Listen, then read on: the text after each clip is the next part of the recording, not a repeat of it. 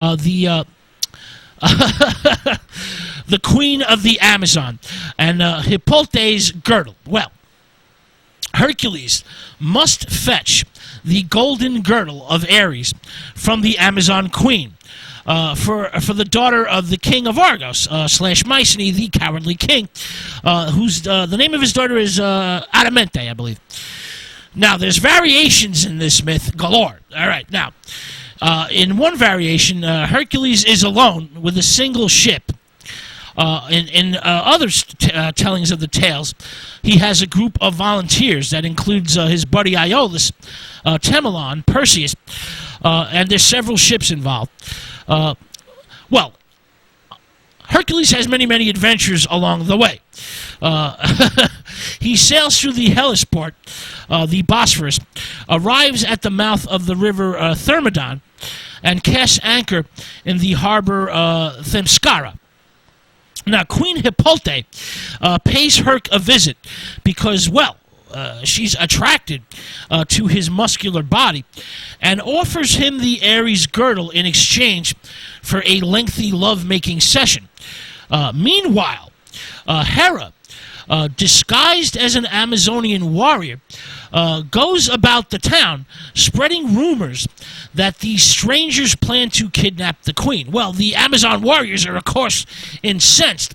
They mount their horses and charge the ship, or ships, depending on, which tale. All right, now, Herc suspects treachery and kills the queen, removes her girdle, seizes her axe and weapons, and kills each of the Amazonian leaders in turn. The Amazon army takes flight after a great slaughter. Now, there's a variation in this myth. The Amazon queen refuses to give Hercules the girdle of Ares. They fight. Hercules and the queen fight in an intense battle.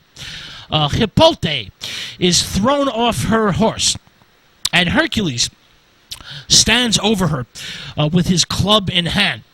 Hercules admires the courage and the skill of the Amazonian queen in battle and offers the queen quarter.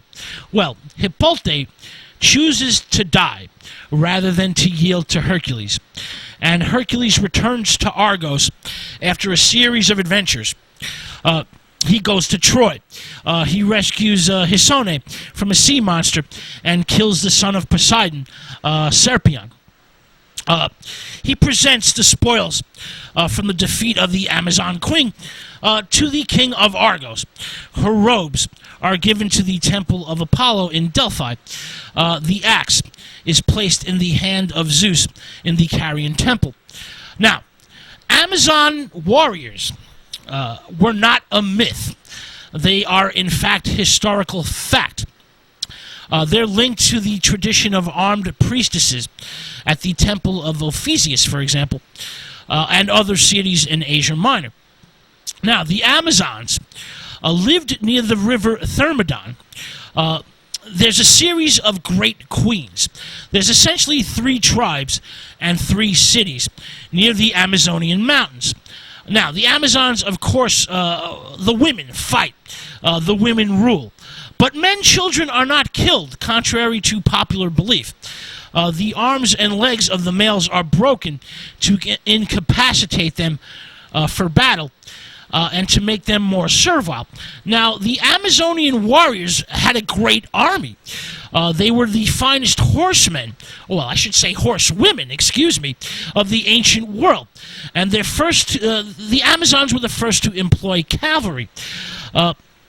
They were great bowwomen as well. They had short shields shaped like half moons. Their helmets and clothes were skins from wild beasts, and they offered sacrifices. They worshipped Ares and Artemis. They built temples, and they extended their empire westward into Thrace and south into Pergia.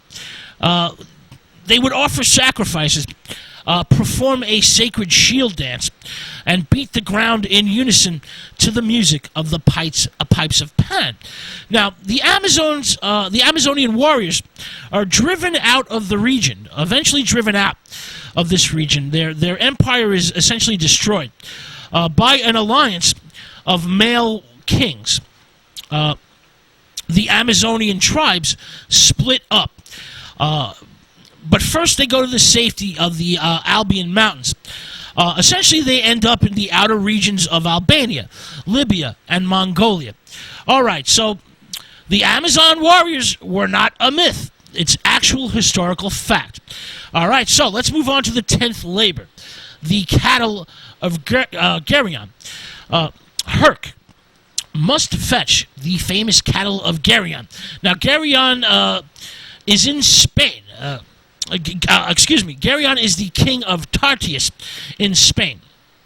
Geryon is the son of Cresor, and the daughter. Cresor is the what's his wife's name?